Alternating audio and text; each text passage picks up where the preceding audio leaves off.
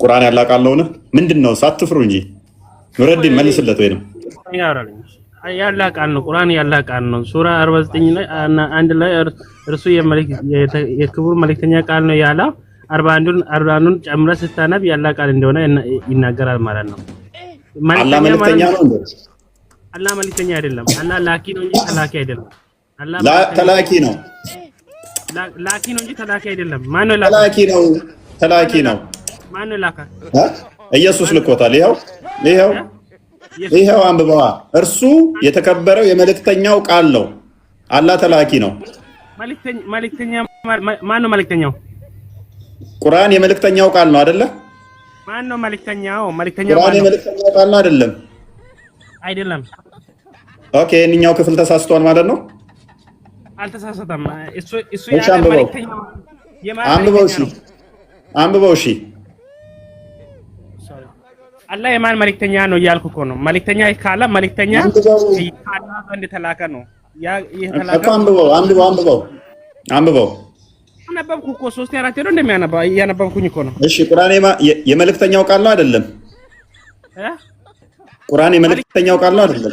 መልእክተኛ ማን ነው እያልኩ እኮ ነው። መልእክተኛ ማን ነው? እሺ ሲገር ቁርአን የማን ቃል ነው? መልስልኝ። እሺ የአላህ ቃል ነው። ኦኬ፣ ስለዚህ የመልእክተኛው ቃል ነው። አላህ መልእክተኛ ነው። እናመሰግናለን። ማን ነው? የማን መልእክተኛ ነው? አላህ የሰይጣንም ሊሆን ይችላል።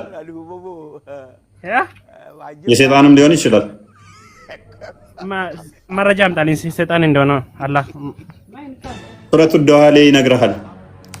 ሰይጣንቶ ጌታቶ ሆይ መሐመድን ስትለው አልተውኩትም አልተለየውትም ብሎ ሳይጠራ አቤት እኔ ነኝ ብሎ እንደ መልእክተኛ ና ከሌ ሲባል እኔ ነኝ ብሎ መጥቷል። ስለዚህ እሱ ነው አላህ። አላህ አሪው ማን ነው? የአቡላብ ሚስት የአቡላብ ሚስት።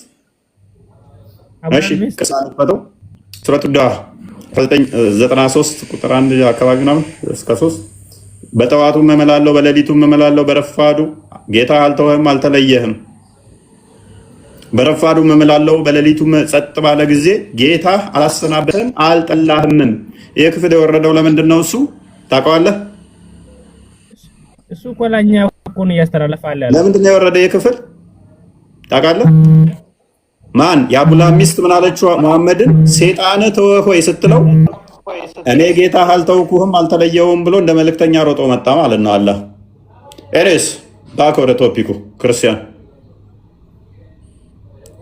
ኑረዲን ፖዝ ሆነሃል።